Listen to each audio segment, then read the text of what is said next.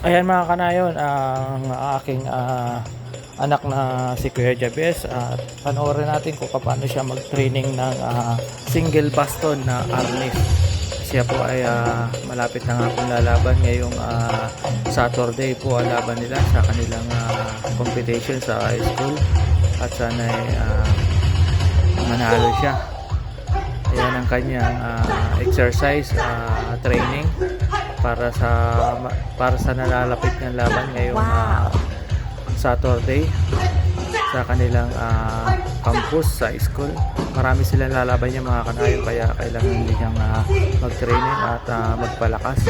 Magkaroon siya ng mabilis na pagkilos at paggalaw sa kanyang pagte-training para makamit niya ang tagumpay. Siya na po dati ay nag-champion na siya dati nung siya ay ano pa lang, high school. Siya na po yung nag-champion sa kanilang school. Ngayon po ay college na siya. Napag-isipan po ulit niya lumaban uli, baka sakali na makamit niya uli ang tagumpay ngayong college na siya. Ayan po, at tingnan niya po yung kanyang pag-ensayo at exercise.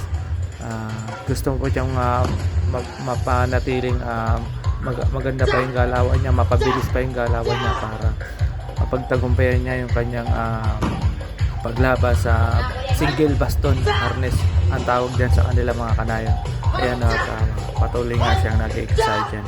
Ayan mga kanayon, patuloy niya akong suportahan sa aking mga videos, at maraming salamat mga kanayon sa inyong walang sawang pagsuporta kay kanayon. Pakipollow po ako sa aking Facebook.